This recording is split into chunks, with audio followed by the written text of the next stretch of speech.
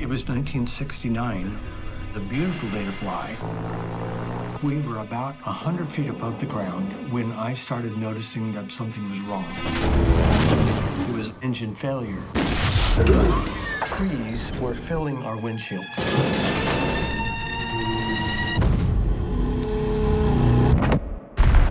I found myself above the crash site. And while I'm processing what I'm looking at, I can see a pilot. And this is me. No two near-death experiences are the same. Out of nowhere, a trailer truck hit me head on. But They typically occur in a very consistent process. We began to go down the river, and my boat became pinned. I was drowning. The first thing that happens is called an out-of-body experience. And they come to a place of exquisite beauty. They very commonly see a light. Deceased relatives come to meet them. the first person I saw was my grandfather. Now I'm traveling like a rocket ship. Straight upwards. And with that, oh my God, I'm alive. But not every near-death experience is a good one. 23% had hellish experiences. I saw a black tunnel. I was just falling. I wasn't in fear. I was in terror. It was just darkness. Put me back. I don't belong here. I heard a voice before I woke up. You still have a purpose on Earth. I was very skeptical. I never felt alive and then dead.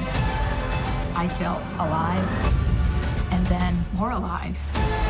Had full brain recordings from the dying human brain.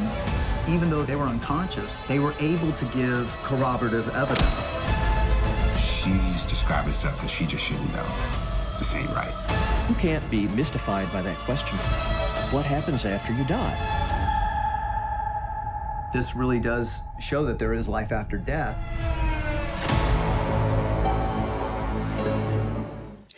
Stephen, I've been so excited since I had a chance to watch this documentary, to sit down and have a few minutes with you. I'm in love with storytelling. I'm in love with documentaries, and bravo, job well done.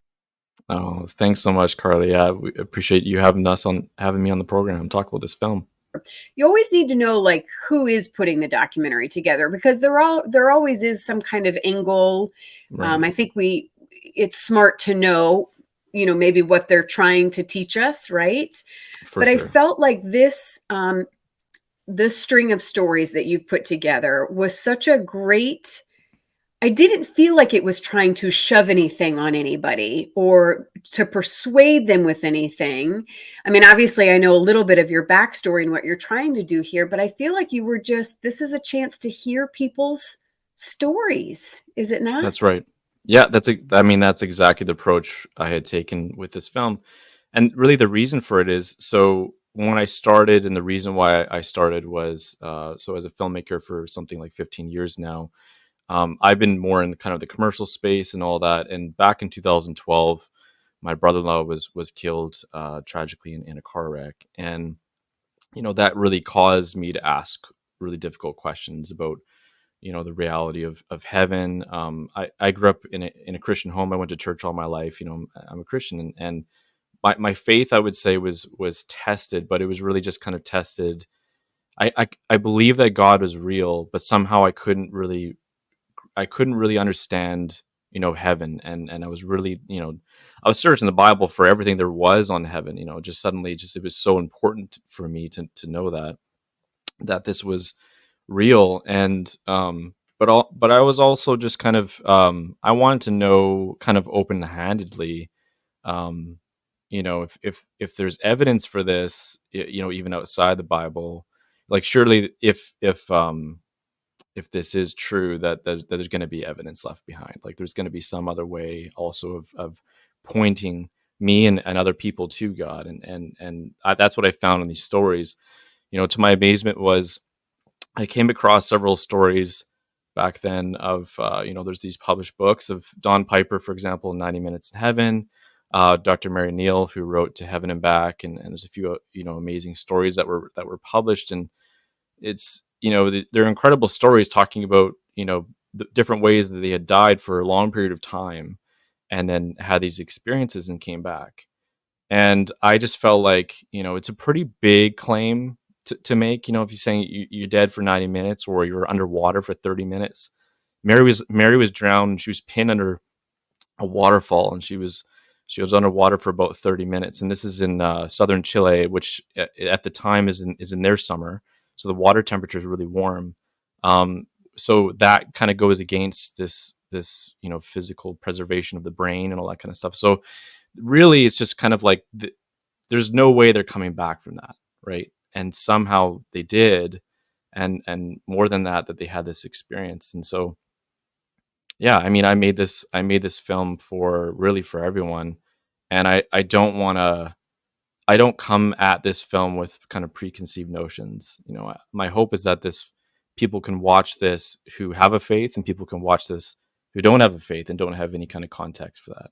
Well, and even the experts and the professors and the ones that have really researched scientifically what happens with the brain and what may be, if there's not life after death, maybe here's some other theories of what's going on. And I love that they are encouraging, when you watch this film, to ask those questions. Like, just don't accept, what everybody says at face value. Like, do your own research. And guess what? God's okay with that. Yeah, I mean, that's my story, right? So, I feel like God's put me on this path to tell these stories in this film, and it strengthened my faith. In the end, I came out of it with an unbelievable assurance that there is heaven. I mean, I read the Bible in a completely different way. I get into the Word. I pray more and think about God more than I ever did before, because it's so real to me. I think when you face death, and many have, that's the thing, especially post COVID. Grief is something that affects, I think, more people now than it really ever has for such a long time. And yeah, when death came to our family's door, it's like that just kind of caused us we have to face that. We can't hide from it. And suddenly it's a very serious kind of sobering thing. So. What was interesting is because I read Don Piper's book, several years ago, and I've heard little bits of other people's stories, over the years. But this is really the first time I've heard in this documentary of where someone had passed, and it was not a pleasant experience, and they were able to come back. That was kind of shocking to hear those accounts, because they're really, I don't know if they're as documented as much. They're definitely not. No. And I mean, when I set out to make this film too, to be totally honest, I mean, I don't like those stories. Right? Yeah. I don't think anyone really does. Right. But it's a reality. And that's the thing I was coming to find after talking to so many people who had died, that there was this portion of people that mostly reluctant to talk about it. That they had these hellish they call them hellish near-death experiences. Some other terms they use, like distressing near-death experiences, but overall it was, not pleasant. It wasn't a heavenly experience. And so, yeah, we actually have 3 stories in the film, which kind of balances out, we have 14 people in the film altogether who we interviewed who died and came back, where we have medical kind of documentation around how they died. And 3 of them had hellish near-death experiences. So. I also appreciated the fact that there were different cultures and different races in this as well, because I think we can get I know you're in Canada, here in the United States. I think a lot of us, we can get very much in our American bubble and what our faith and what that looks like here. Yeah. And that is, I mean, we've got to break out of that more. And yeah. I mean, and it was also important for us as filmmakers, because if we're honestly asking that question, is there a heaven, and if people are having these experiences, I mean, the one argument would be that if all of our consciousness and our mind or whatever is tied up to the physical brain, which some may believe, atheists may believe, if that is true, then it should be that culturally what you're surrounded by is impacting your brain, and when you die, you're just seeing whatever you're culturally influenced by. And then, to our amazement, actually, when we started to just kind of go out and ask these questions, I mean, experts have already found this to be the case, but we just again, it's like we're asking audiences to do. We didn't want to just assume that. So we go out and ask people, interview people who really all around the world. And Steve Kang is one story where he actually was born and raised in his early life and in his younger life in South Korea. And during the time that he was growing up, it's so insulated from Western culture. It couldn't be more insulated. They don't have TVs in homes. They don't have movie theaters. It's actually almost like like an infiltration if culturally if religion is if a different religion is preached. So if the gospel is preached there, it's actually an infiltration. So it's looked at, it's shunned. And so he was raised in a Buddhist home, so completely different religion, totally different culture, and he had this experience that like really matches up with almost all the other people that we talked to. Another lady in Israel who died, and she actually grew up in kind of as an atheist, and different people that we talked to is like these experiences are overlapping, and I think that was really important for us because that to me just really hits home that this isn't culturally influenced. This isn't our brains, taking in information and then just giving it to us when we die. Yeah. What is your hope as people watch this? And I think certainly when you've lost loved ones, I think we are looking for these answers to bring us comfort here on earth. So I know that must be a little bit of it. But what do you hope people take away with them after they've watched this? Yeah, I mean, I hope that the film kind of becomes a beacon of hope. That was the reason. That's what it did for me. That's what these stories did for me, and I hope it does that for other people, especially those who are grieving, who are or faced with death. Have been given a diagnosis or something like that. That's they're challenged with that. That reality of is there something after or not. I hope that this film kind of opens that door and provides hope. We want to say that this film it kind of helps people walk through the door of grief and sort of into the room of hope.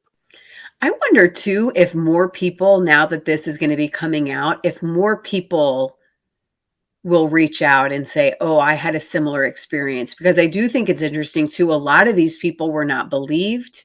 A lot of people are afraid, because they don't want to sound crazy. And they, I mean, you see even some of the families in the film that you highlight, their family members didn't believe them. It absolutely is going to happen. I just know, because the conversations I've had with people, even just during the filmmaking process, one of the first stories I told, I got on a plane after finishing it, coming home to Canada, and on the plane, of course, the person next to me, what are you doing? And, out here in LA. And I explained the story we're telling, and he just goes white as a ghost. And I, what, are you okay? And then he begins to just tell me that 30 years ago, he was climbing a hydro pole and, got electrocuted, and he's standing outside of his body 15 feet above, and he's seeing his coworker try and, help him and revive him, calling an ambulance. He sees the whole ordeal happen, following the ambulance to the hospital, just the same as all these other stories. I even had a nurse come up to me here in Winnipeg, and she's, quietly kind of come up to me, and she whispers in my ear, and she just says, this is happening to a lot of my patients. I don't know what to do with it. She's just looking for help and guidance, because there's so many people who would flatline it or are having these experiences. So I think it's a lot more common than we think. And my hope is that, people who've had this experience, that they feel seen. Yeah. Well, I just want to thank you and commend you for following God's lead on this and sharing these stories and get people talking and asking questions. And I think it's very easy for us, especially the younger you are, to think that death won't come at your doorstep. We want to push that off and not think about it, not talk about it. But there's nothing more important to do. Again, job well done. And I'm going to be excited to see what God continues to do through this film. Awesome. Thanks so much.